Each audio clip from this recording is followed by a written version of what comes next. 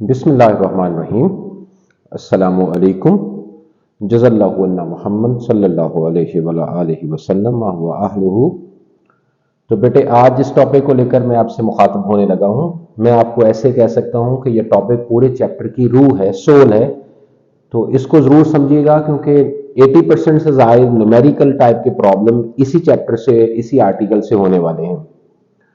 तो title of topic है Avogadro's number. तो अल्लाह से दुआ है कि अल्लाह मेरे लिए इस टॉपिक को आपके लिए समझाना आसान कर दे और आपके लिए इस टॉपिक को समझना आसान कर दे। वीडियो को लास्ट तक देखिएगा, मैं अपनी भरपूर कोशिश करूंगा और मुझे यकीन है, गुमान नहीं है कि ये कंसेप्ट आपका सारी जिंदगी के लिए क्लियर हो जाएगा। तो एवोगैड्रोस नंबर क्या है, इसके लिए पहले हम कुछ ग्राउंड्स की बात करते हैं।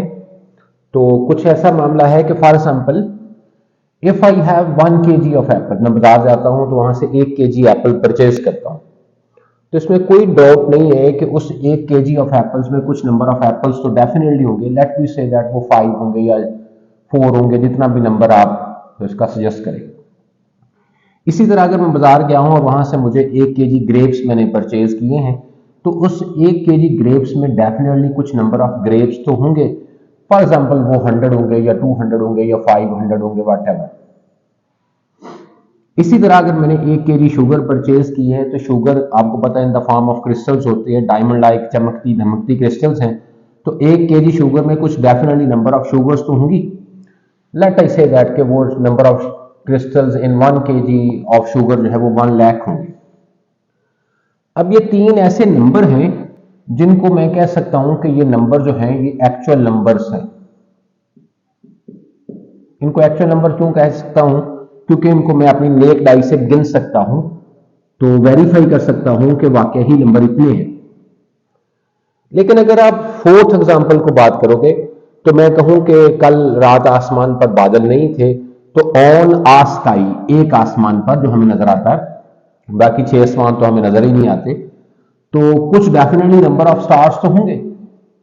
अब आप अपनी अकल से सोच कर देख लें कि किसी शख्स में इतनी सलाहियत और अहलियत है कि वो आसमान पर टोटल नंबर ऑफ स्टार गिन ले, तो बिल्कुल कोई नहीं गिन सकता। तो इसके लिए अगर कोई नंबर प्रपोज करना है, तो वो नंबर जो प्रपोज किया जाएगा वो हाइपोथेटिकल या मफरूजाती नंबर ही होगा। फॉर एग्जाम्पल, मैंने एक नंबर प्रपोज किया, मैंने कहा last day on a sky जो टोटल नंबर ऑफ स्टार्स थे वो 10 ट्रिलियंस थे। अब ये नंबर जो है ये एक हाइपोथेटिकल नंबर है।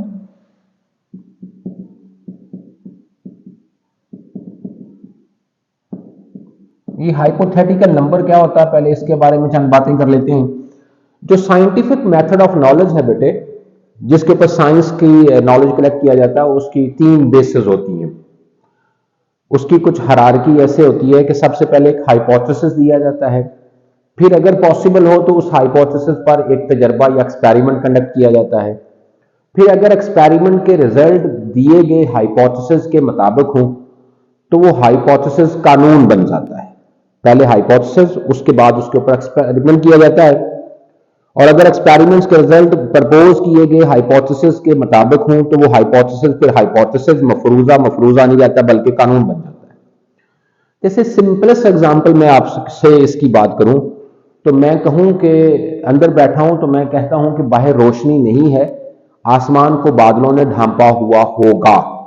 ये जो मैंने कहा ढांपा हुआ होगा, तो ये एक हाइपोथेसिस है।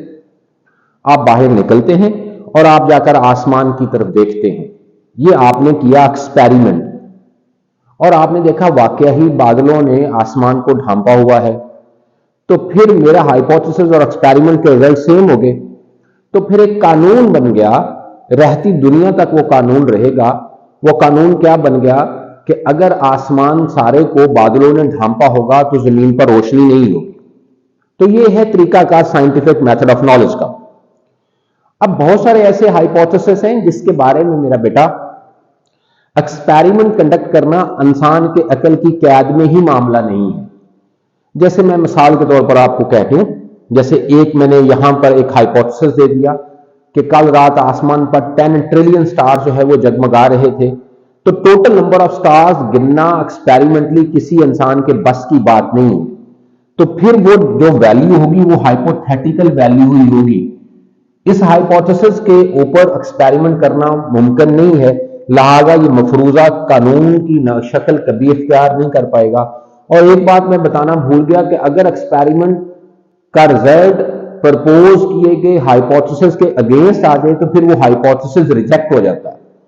तो इस केस में ना तो कोई गिन के इसको रिजेक्ट कर सकता है, कोई गिनेगा तो कहेगा ना इससे कम है या इससे जायद है, तो लिहाजा इस हाइपोथेसिस को रिजेक्ट भी नहीं किया जा सकता।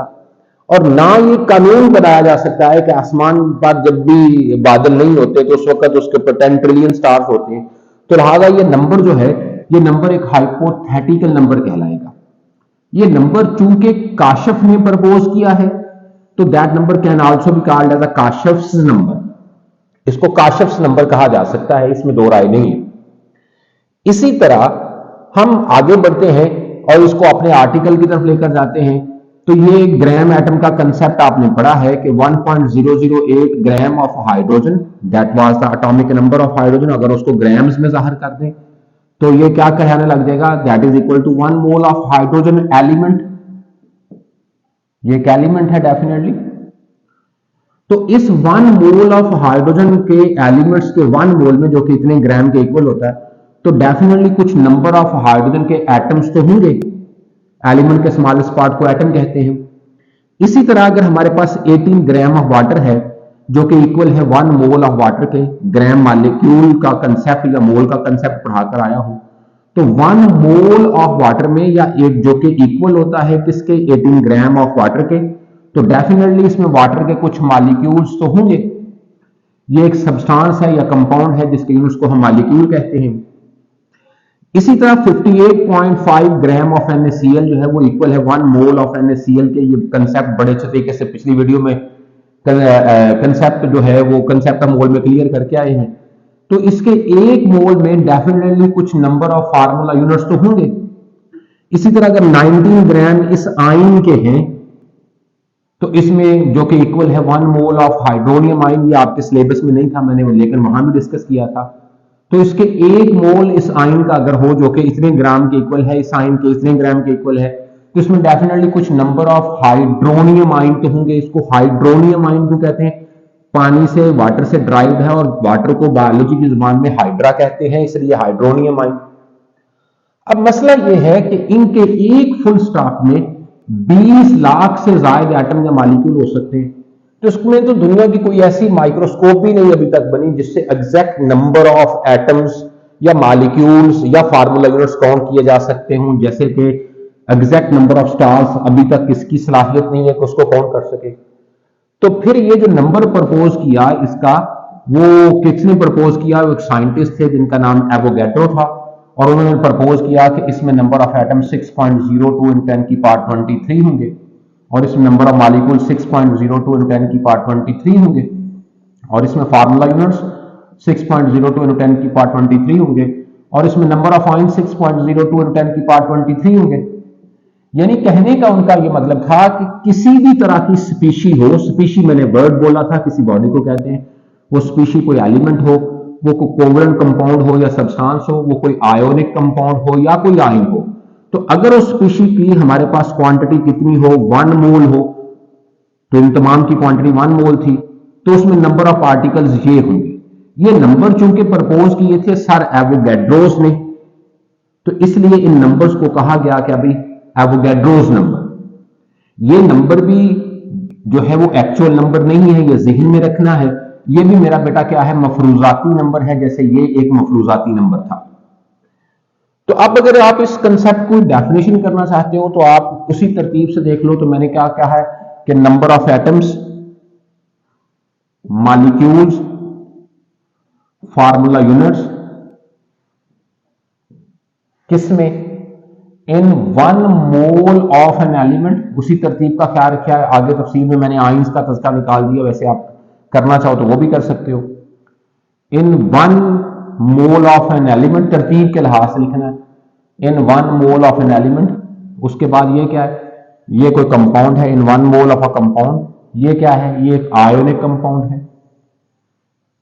जी, ठीक है जी, 2 दफा लिख दिया है। कितने होंगे ये, 6.02 × 10 की पावर 23 होंगे। तो इन नंबर्स को कहते हैं एवोगैड्रोस नंबर। इन नंबर्स को रिप्रेजेंट कैसे करते हैं, Na से कहते हैं, और इन नंबर्स को बोलते क्या है, एवोगैड्रोस नंबर बोलते हैं। That's all about that simple concept. अगला कंसेप्ट ये है कि ये नंबर प्रपोज क्यों किया गया था, ये कंसेप्ट पेश क्यों किया गया था।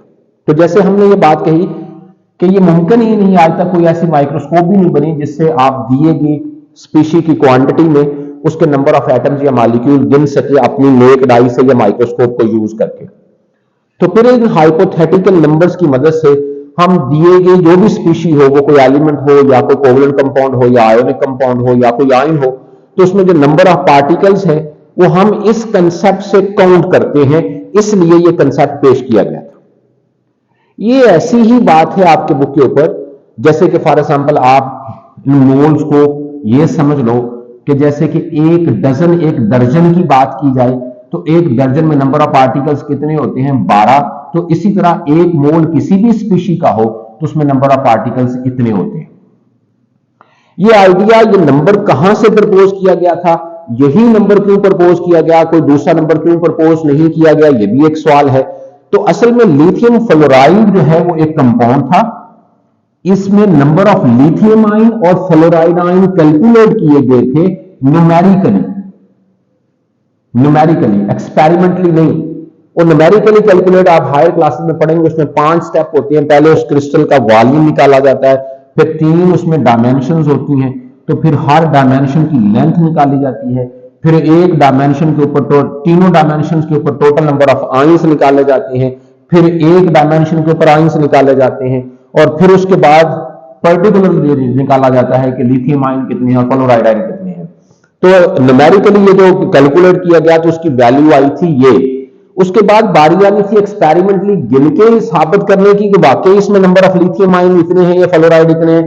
तो उसमें इंसानी अकल जो है वो इस काबिल नहीं है, तो इसलिए उसमें नाकाम हो गए और इस वैल्यू को एक्सपेरिमेंटली गिना नहीं जा सका। इसलिए वैल्यू आज भी हाइपोथेटिकल नंबर ही कहलाती है, ये एक्चुअल या कोई प्रिंसिपल या कानूनी नंबर नहीं है।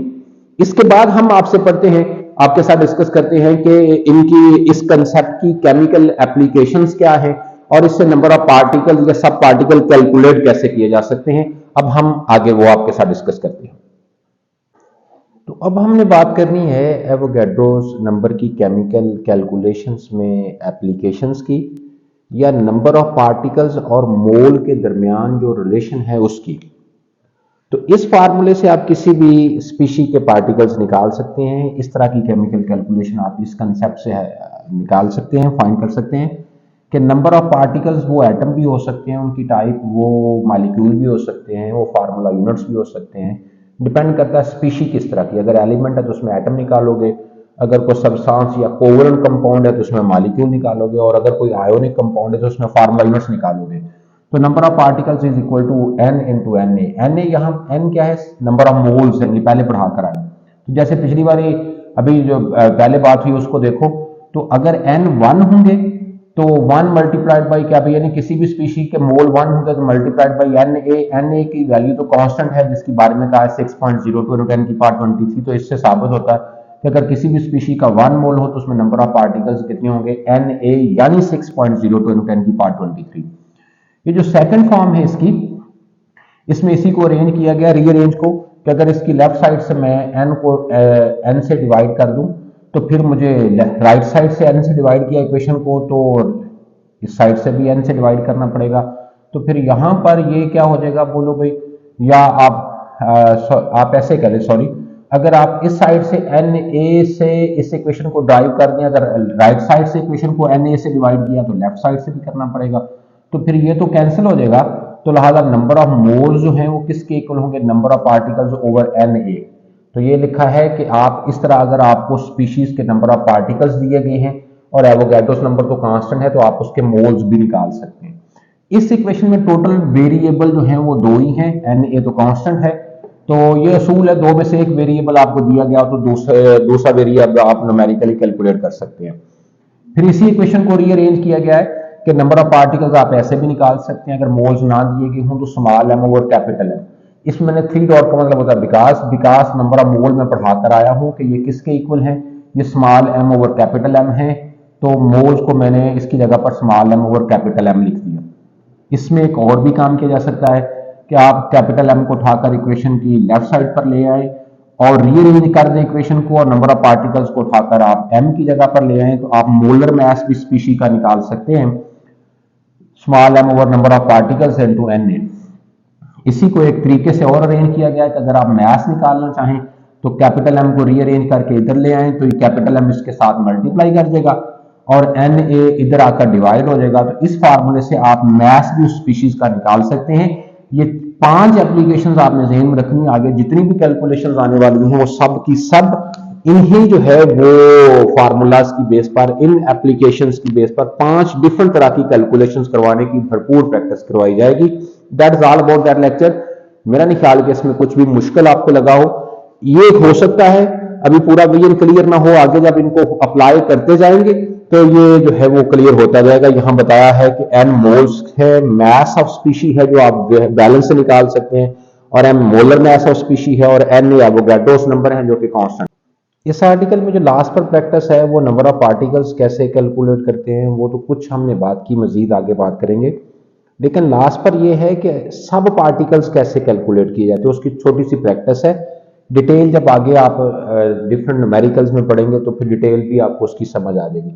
इसमें मैंने एक एग्जांपल आपके सामने रखी है बुक के ऊपर कि जो है वो नंबर ऑफ हाइड्रोजन एटम और ऑक्सीजन एटम कैलकुलेट करके बताएं 1 मोल ऑफ वाटर में। तो यहां पर जो पार्टिकल्स है ना, बार बार पार्टिकल्स का वर्ड यूज होगा, तो पार्टिकल्स जो है ना वो वाटर मॉलिक्यूल्स हैं, और 1 मोल अगर उसकी क्वांटिटी है तो उसमें वाटर मॉलिक्यूल की तादाद अभी पढ़कर आए हैं 6.02 × 10⁻23 होंगे। सब का मतलब होता है छोटा, तो जो हाइड्रोजन और ऑक्सीजन के एटम्स हैं ना ये वाटर के अंदर मौजूद होते हैं, ये पार्टिकल्स, लिहाजा ये वाटर जो पार्टिकल टाइप का मॉलिक्यूल, तो हाइड्रोजन एटम और ऑक्सीजन एटम इस पार्टिकल्स के सब पार्टिकल्स हैं। तो सब पार्टिकल्स हैं, इसमें नंबर ऑफ हाइड्रोजन एटम और ऑक्सीजन एटम, इनको कैलकुलेट करने की रिक्वेस्ट है। प्रैक्टिस बेशुमार करेंगे, मजीद कंसेप्ट बेहतर हो जाएगा आगे। तो ये बात समझ लें कि सब पार्टिकल्स, जब भी आपने किसी भी दिए गए पार्टिकल्स में कैलकुलेट करने हैं तो उसका एक मेथड होता है, मेथड। उस मेथड को कहते हैं कंपैरिजन मेथड। तो आसान तरीन तरीका है, मैंने वाटर जिसके अंदर हाइड्रोजन के एटम्स मौजूद हैं, तो मैंने वाटर के मॉलिक्यूल को कंपेयर किया है हाइड्रोजन के एटम्स के साथ। देख लो कितना आसान लग रहा है कि एक मॉलिक्यूल के अंदर मैंने कहा है 2 एटम्स हैं हाइड्रोजन के, ये है कंपैरिजन। तो फार्मूला लगता है यूनिटी, कि अगर एक मॉलिक्यूल में इतने एटम्स हैं तो हमारे पास कितने मॉलिक्यूल्स हैं, हमारे पास इतने मॉलिक्यूल्स हैं। ये वैल्यू फॉर 1 यूनिट है। जैसे आपके घर में 10 मेहमान आ जाएं तो माँ या घर का कोई बड़ा उनके लिए चपातियां बना लगे, तो वो अंदाजा कैसे लगाती है कि मुझे 10 मेहमानों के लिए कितनी चपातियां बनानी है। तो वो कहती है कि अगर वो मेल आए हैं, ज्यादा खाना खाते हैं, आमतौर पर ये राइज है, तो एक मेहमान के लिए अगर 2 चपातियां बनानी है तो 10 के लिए कितनी बनाएंगी, एक के लिए बनेगी 2 चपातियां, तो 10 के लिए कितनी बनेगी, 2 × 10 20 चपातियां बनेगी।